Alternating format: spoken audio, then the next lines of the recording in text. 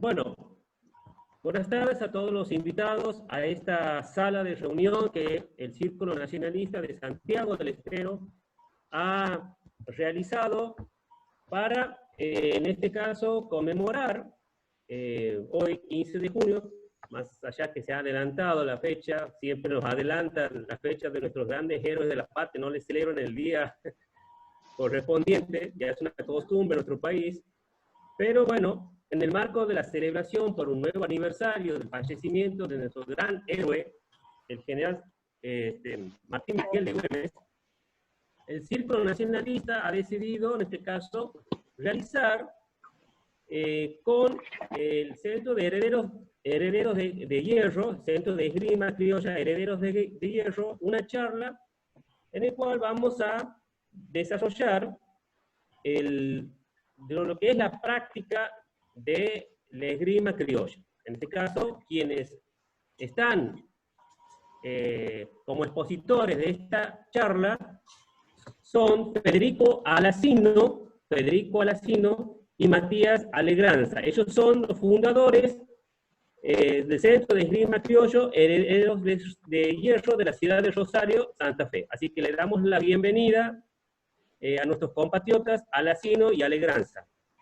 Ellos han sido hombres que han decidido, de alguna manera, tomar los conceptos del Martín Fierro y volcarlos a la práctica de la esgrima criolla. Eso seguramente luego les voy a pedir para que amplíen cómo lo hicieron realmente, y también todo este trabajo que ellos vienen realizando han tenido su reconocimiento.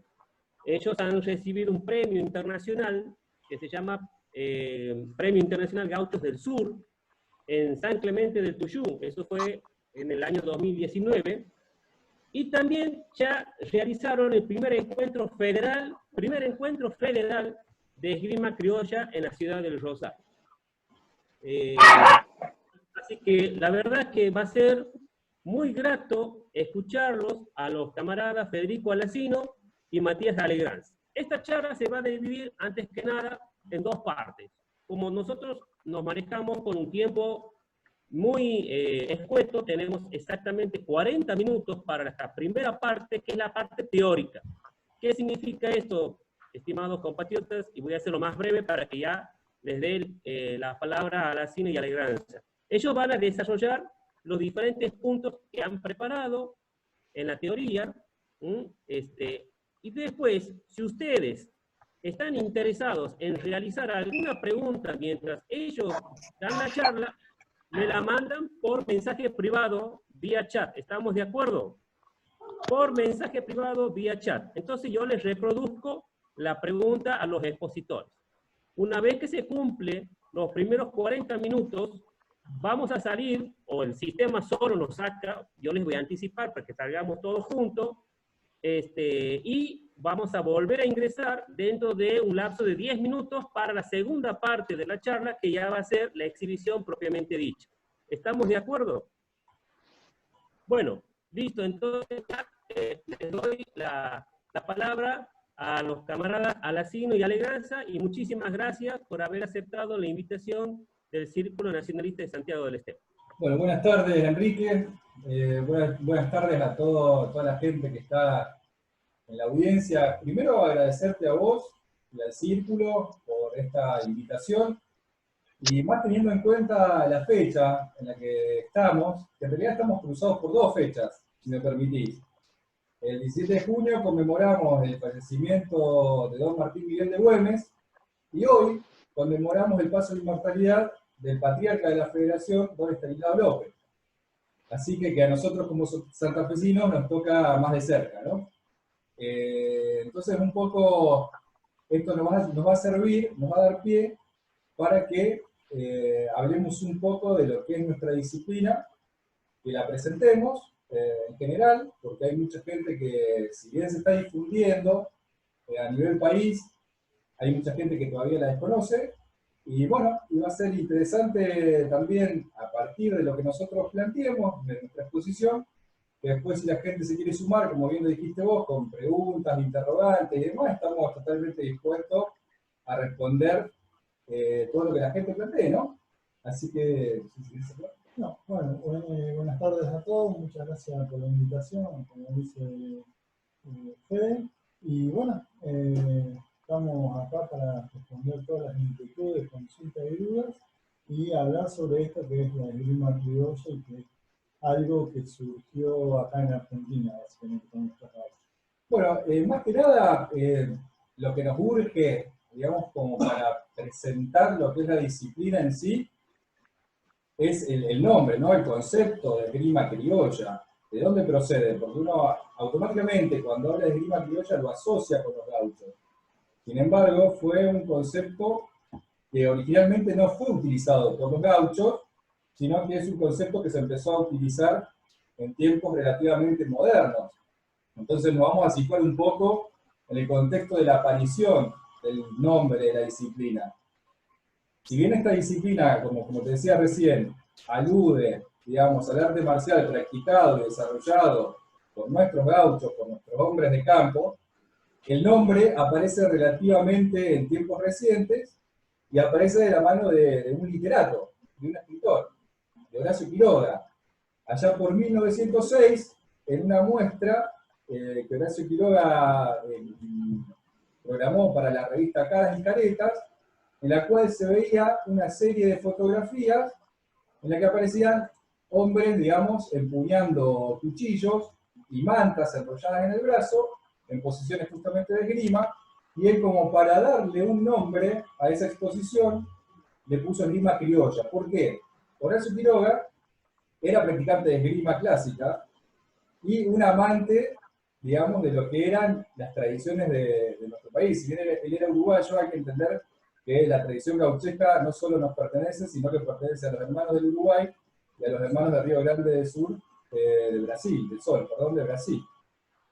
Entonces, como él había andado muchísimo por zonas rurales y había visto, digamos, a los paisanos, a los criollos, realizando este tipo de destreza, ¿no? Con sus cuchillos, con los que se llamaban visteo, ¿no? Que el visteo es la práctica que desarrolló el criollo, digamos, como para entrenar de alguna manera esta disciplina sin nombre.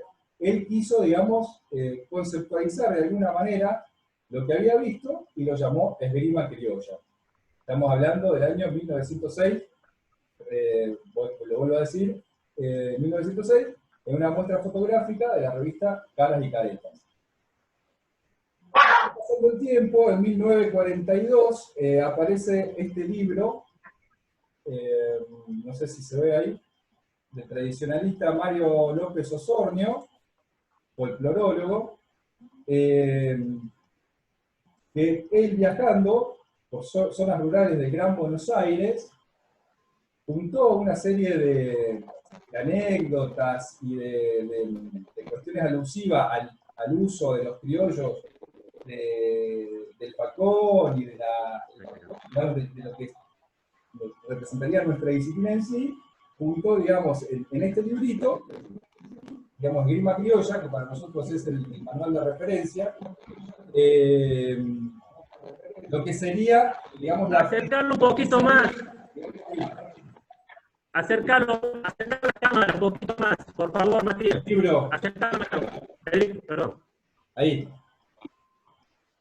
Ese es el libro que en 1942 edita don Mario López Osornio, tradicionalista, que recorre las zonas rurales de Buenos Aires y cuenta en este libro una serie de anécdotas y experiencias de los criollos en cuanto al uso del facón, a los visteos y demás, y en este libro, digamos, presenta lo que sería la esgrima criolla, digamos, al mundo, digamos, dentro del mundo de la tradición, ¿no? O sea, si bien es algo que los criollos ya venían desarrollando de tiempos inmemoriales, o sea, el gaucho, hay que tener en cuenta que el gaucho aparece en nuestra historia aproximadamente entre el siglo XVI y XVII, ¿no? Y ya tenía una práctica que estaba aceitada, digamos, en los hombres del campo, acostumbrados a las faenas rurales, ya vamos a hablar un poco de estas cuestiones. Él en 1942 junta, digamos, en este librito, ¿no? Las cuestiones básicas de lo que él, digamos, había visto en el entorno rural, de cómo los gauchos usaban el facón en la pelea, ¿no? Y desarrolla este libro, ¿no? Que para nosotros es un referente. Ya en la actualidad, digamos, lo encontramos a Jorge Emilio Prina en La Plata, que se encarga justamente de llevar esta disciplina al ámbito de las artes marciales, ¿no? O sea, con un desarrollo, digamos, de la disciplina, y nosotros acá en Rosario, que ya arrancamos hace 2 años, como bien lo dijiste vos, en el Centro de la Tradición El Hornero, con la intención justamente de difundir y de mostrar, digamos, en lo que es nuestro litoral y toda la zona de difusión, lo que es la esgrima criolla, digamos, como arte marcial propio. Un arte marcial que nos corresponde a nosotros como argentinos, nacido de gaucho, si bien hay una referencia indudable a lo que era la esgrima española que traían justamente los conquistadores, esa esgrima acá en nuestro, sobre todo en nuestro litoral, en la zona pampeana, se americaniza, ¿no? Y deviene una esgrima propia, una esgrima que se conoce como esgrima criolla. Nosotros arrancamos con esta disciplina en el Centro de la Tradición del Hornero, como te decía, hace ya un par de años atrás, presentamos un proyecto.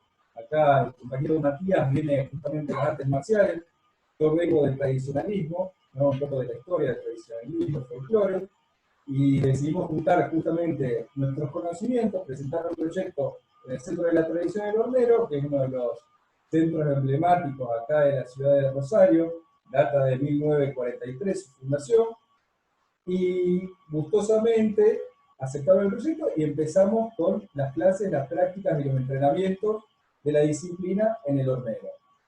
Yo querría más que nada, antes de entrar en la cuestión histórica de la aparición del gaucho, digamos, en el contexto de lo que es la historia sudamericana, aludir un poco a lo que es, se ve ahí atrás el logo de nuestra agrupación, es un libro, una daga y un sol.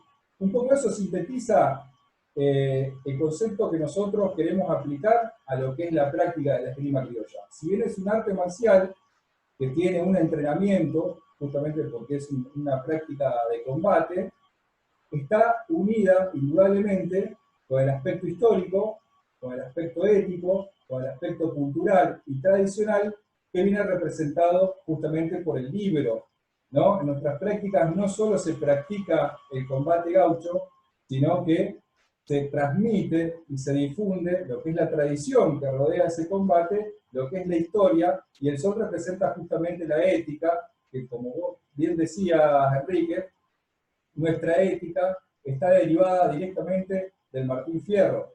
Para nosotros, el Martín Fierro, de ahí que nosotros seamos herederos de Fierro, es el libro por antonomasia. ¿Qué quiere decir esto? Que si bien nosotros, el manual, digamos, de la disciplina, en un sentido, es el esgrima criolla de López Osornio, el manual para la conducta ética es el Martín Fierro. De ahí que nuestra agrupación derivó 12 virtudes tradicionales, de las cuales dentro de un momentito hablaremos más en profundidad, que son las que acompañan de manera ética la práctica. Somos conscientes que vivimos tiempos en los que reina una cierta confusión ética, ¿no? Los valores están tergiversados, ¿no? O se comprenden de manera errónea, o se han instaurado nuevos valores. Nuestra intención es volver a los valores tradicionales que justamente José Hernández vio en el gaucho y los transmitió en el Martín Fierro, ¿no? Esos valores son el coraje, la honestidad, el trabajo, la obediencia, el autocontrol, el dominio de uno mismo, ¿no? Cada valor, son 12 en sí, cada valor resume una virtud, y esa virtud está acompañada de versos del Martín Fierro, con la cual nosotros justamente intentamos darle un tinte, si se quiere, un poco más de rectitud a la disciplina, ¿no? Como para establecer una comparación para los compañeros que estén ahí escuchando, los amigos que estén de las artes marciales, el Bushido, ¿no? El código ético de los samuráis, sería algo similar. Nosotros lo hemos hecho justamente con nuestro Martín Fierro para que sea un complemento de las prácticas. No solo un complemento de las prácticas, sino también de la gente que venga justamente a entrenar, a practicar, a conocer la disciplina, se lleve también una enseñanza de nuestro Martín Fierro, ¿no? No, Una pregunta, Sí. una pregunta. No me quedó, ¿el López Osornio era uruguayo? No, López Osornio es argentino, un tradicionalista argentino. Bien. Para más datos, es descendiente de la familia de Don Juan Manuel de Rosas. Así que, Ah, sí. No, me sonaba por ahí. Sí, claro que sí. Bueno, yo lo nombré como tradicionalista, o sea, como folclorólogo, llamémosle. No es el único libro que tiene un libro de trenzas criollas, tiene el libro del lazo y la boleadora, ¿no? Acá hay otro libro de él. Nosotros estamos mostrando justamente la esgrima criolla porque es el que a nosotros nos sirvió, digamos, de base o de puntapié, justamente para difundir y para mostrar la disciplina. ¿Ah? O sea, él ahí reúne una serie de técnicas básicas, digamos, de ataques, de defensa, habla de los cuchillos, de los criollos, habla de la lanza, no solo de los cuchillos, de la lanza, del poncho. En este libro que mostró recién Matías habla de la boleadora, del lazo. O sea, él en estos libritos, de manera básica, reunió justamente lo que él veía como la disciplina autóctona de combate de los gauchos y la mostró, digamos, en estas publicaciones. Nosotros lo que hacemos justamente es desarrollar lo que él mostró de manera teórica en un libro, lo desarrollamos de manera marcial. Sí, la idea es tomar lo que plasma el López Osornio y ir desarrollándolo. No solo eso, sino que también cualquier material, cualquier estilo de lucha que sea de época, lo investigamos, lo vemos, lo leemos, nos hacemos la pregunta si el gaucho lo podría usar, si era algo habitual del gaucho también. Entonces, eso es un tipo de estudio histórico que vamos haciendo de cómo era la esgrima criolla. Como era una de transmisión oral, no hubo ningún material hasta que Osornio escribió el libro, que en sí eran relatos de personas que habían visto peleas 60, 70, 50 años atrás, con lo cual también era un poco subjetivo, pero planta las bases para poder desarrollar lo que es esta disciplina. Hay que tener en cuenta que como dice Matías, que esto es una disciplina tradicional. ¿Qué quiere decir tradicional? Que se transmitió de manera oral. O sea, estamos hablando de que no hay manuales de esgrima, como hubo manuales de esgrima antigua en España, en Alemania, en Italia. O sea, el gaucho no se encargó de sistematizar su disciplina de combate en un manual. O sea, lo que nosotros tenemos es este librito de esgrima criolla.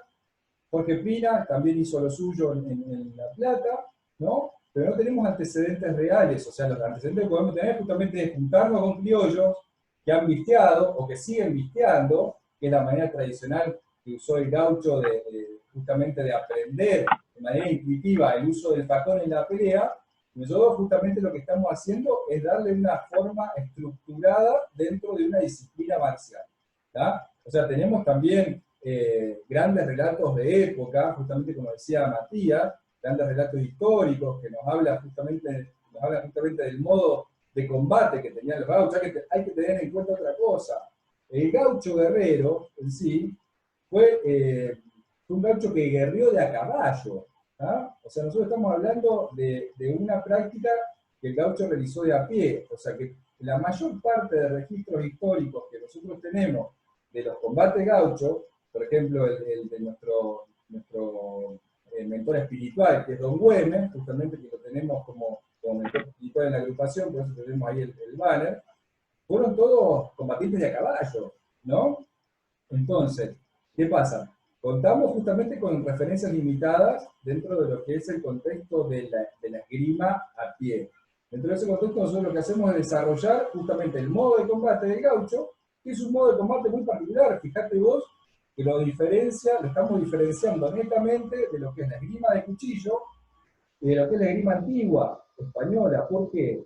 Porque el gaucho usó el patón tiene unas medidas propias, ¿no? El patón, la hoja del patón, puede medir entre 30, 40, 45 centímetros. Entonces eso ya lo está diferenciando de una espada y de un cuchillo. ¿Tá? Por eso hablamos de esgrima criolla. Pues podría llamarse esgrima gaucha o esgrima de patón.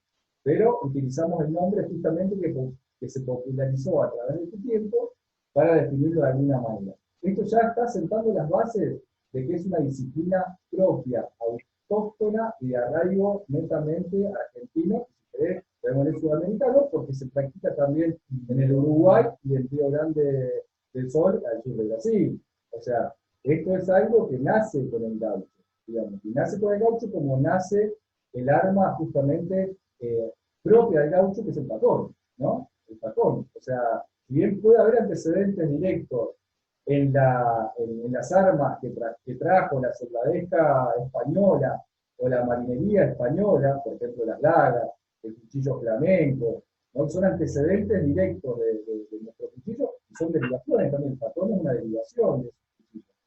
Tiene, justamente, al tener esa proporción determinada, ya está definiendo justamente un tipo de esgrima particular, digamos, que es diferencial, tanto de la esgrima de cuchillo como de la esgrima antigua, ¿no? Lo que podría haber sido la esgrima española. ¿Por qué? Por una cuestión práctica que después la va a comentar acá el amigo Matías, o sea, la cuestión de la distancia, los desplazamientos y demás. Eso a grandes rasgos de lo que es la disciplina, ¿no? Y si hablamos de disciplina, obviamente venimos hablando del gaucho, ¿no? El gaucho como personaje histórico, personaje central de nuestra disciplina. Nuestro referente indudable es el gaucho. Ahora, si hablamos del gaucho, ¿a quién estamos haciendo referencia? Bueno, estamos hablando de un personaje real que sentó las bases de una cultura determinada, en un momento determinado de la historia de nuestra región, ¿no? Y para eso, si me permitís, voy a citar una serie de fechas que nos van a servir un poco para, digamos, después establecer la aparición del gaucho. Voy a dar una serie de fechas que a nuestro modo de ver son determinantes justamente en la aparición del gaucho. Fechas que son iniciales, digamos, dentro de lo que fue la colonia española, digamos, en nuestra zona. 1527, Sebastián Caboto funda el fuerte de Santo Espíritu, que fue el primer asentamiento español levantado en el actual territorio argentino, o sea, a orilla del río Carcarañá, a 60 kilómetros, acá nomás. 1536 es la primera fundación de Buenos Aires por Don Pedro de Mendoza, que es destruida en 1541. En 1541 hay un hecho fundamental, que es la fundación de Asunción, en el Paraguay. En ese momento se instituye el primer cabildo por el teniente gobernador Domingo Martínez de Irala. ¿Por qué digo que 1541 es fundamental? Porque aquí, al ser esta la primera ciudad, llamémosle, que comenzó como fuerte, que venía siendo una gran ciudad, es donde los españoles se les exige justamente, digamos, tener prole con las nativas guaraníes que, digamos, habían entrado en contacto con los españoles. De ese mestizaje, de la producción de ese mestizaje, también hay que aclarar algo. A los encomenderos del rey no se les permitía juntarse con las nativas guaraníes. Eran los soldados rasos, los marineros que habían llegado, ¿verdad? En ese momento, de ese mestizaje, surgen justamente los primeros mancebos de nuestra tierra, los primeros criollos. Esa gente en 1573 va a acompañar a Juan de Garay en la fundación de Santa Fe. ¿Ah? Y en 1580 es la segunda fundación de Buenos Aires por Juan de Garay, justamente por los descendientes de este mestizaje. ¿No? Bueno, acá hay dos cuestiones determinantes que facilitan la aparición de este nuevo biotipo, llamémosle de alguna manera, que es el gaucho. Dos cosas. La cuestión de que en 1536 don Pedro de Mendoza se dispersa, digamos, el ganado, lo que se conocería como ganado cimarrón, caballos, yeguas, vacas, toros, ¿no? O sea, se empiezan a reproducir de manera cuantiosa, ¿no? En Asunción, justamente, esta reproducción sigue, y lo que es nuestro litoral también, con la Fundación de Santa Fe, y se empiezan a organizar vaquerías, ¿no? ¿Qué es la vaquería? Justamente es la caza del ganado cimarrón, ¿no? ¿Para qué se hacían las vaquerías? Fundamentalmente para engrosar las estancias de los accioneros, ¿no? En ese momento. Y de esas vaquerías ya se va formando un biotipo rural, ¿no? Que dará lugar justamente a los pregauchos. Y hay otra cuestión también, que es el arreo de mulas, ¿no? Porque la economía de España, en el Alto Perú, giraba en torno a los yacimientos minerales, sobre todo de la plata. Y para justamente la explotación de esos yacimientos necesitaban animales de carga, ¿no? Animales pesados, que estén acostumbrados al trabajo pesado, ¿no? Y qué mejor animal que la mula, ¿no? La mula es un híbrido entre yegua y asno, ¿no? Y donde justamente se produce la aparición de la mula, o la reproducción, vamos a llamarlo de alguna manera, de la mula, de las montañas, del Alto Perú, de las zonas pedregosas, no, acá en el litoral, ¿no? Entonces, ¿qué pasa? Bajan del Alto Perú, tanto como de Santiago del Estero, de Córdoba, de Mendoza, vienen para acá justamente estos mancebos, estos acriollados, que en gran medida venían de la soldadesca española, de la marinería, vienen para acá justamente en busca de los mulares, ¿no? Y se producen los arreos de mula, los grandes arreos de mula, también que ya están determinando una manera de ser particular, que es justamente la que dará nacimiento a nuestros gauchos, ¿no? El jinete. Matías, Sí. Matías, 10 minutos. 10 minutos quedan. Listo. ¿10 minutos ya? Pasó. Sí. Buenísimo. Más rápido. Bueno, para sintetizar, ¿no? Los gauchos finalmente son estos personajes, digamos, jinetes, acostumbrados al uso del lazo, de la boleadora que toman del aborigen, de la descarretadora, que en realidad es una lanza con una media luna, con la cual el jinete le pegaba el garrón de las reses para inmovilizarla. Después venían atrás otros jinetes que la toreaban, le sacaban el cuero, el cebo, ¿no? O sea, son hombres acostumbrados a vivir una vida ruda, acostumbrados a una vida en libertad, porque esto de las vaquerías y del arreo de mulas también les permite una cierta libertad, ¿no? O sea, si son soldados grasos que han desertado del ejército y toman las vaquerías justamente como un modo de escapismo, digamos, ya estamos entrando en cuestiones históricas mucho más profundas que no da el tiempo como para tratarlas. Pero bueno, en esa época de España venían una serie de perseguidos también que encontraban en América una manera justamente de darle rienda a esa libertad que todavía había mermada en España, ¿no? Pero bueno, esas son cuestiones históricas que no nos tocan ahora y que ya nos entenderíamos muchísimo más. Yo quiero por ahí definir esto, ¿no? Que el gaucho nace en gran medida de los arreos de mulas y de las vaquerías, ¿ah? Que se produjeron, digamos, entre estas fechas, o sea, final del siglo XVI, comienzo del siglo XVII. El gaucho, una de las primeras incursiones militares del gaucho en el puerto de Blandengue, ¿ya?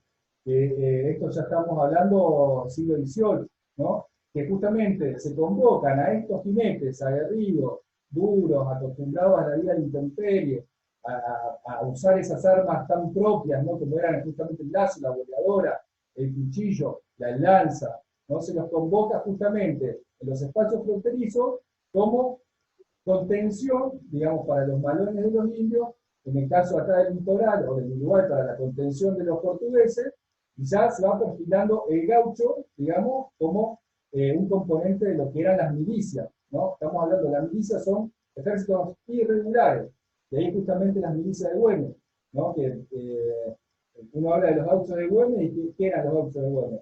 Eran justamente gauchos, peones rurales, ¿no?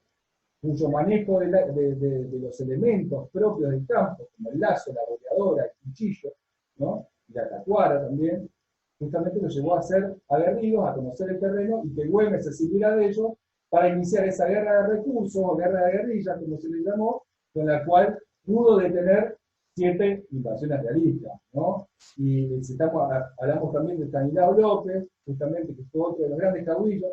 Podemos hablar de Güemes y de Artigas como los patriarcas del caudillismo, ¿no? Porque fueron los dos grandes héroes de lo que fue la gesta de independencia, que se sirvieron justamente de las milicias gauchas para combatir al invasor realista. Después vienen justamente los grandes caudillos de las guerras internas, ¿no?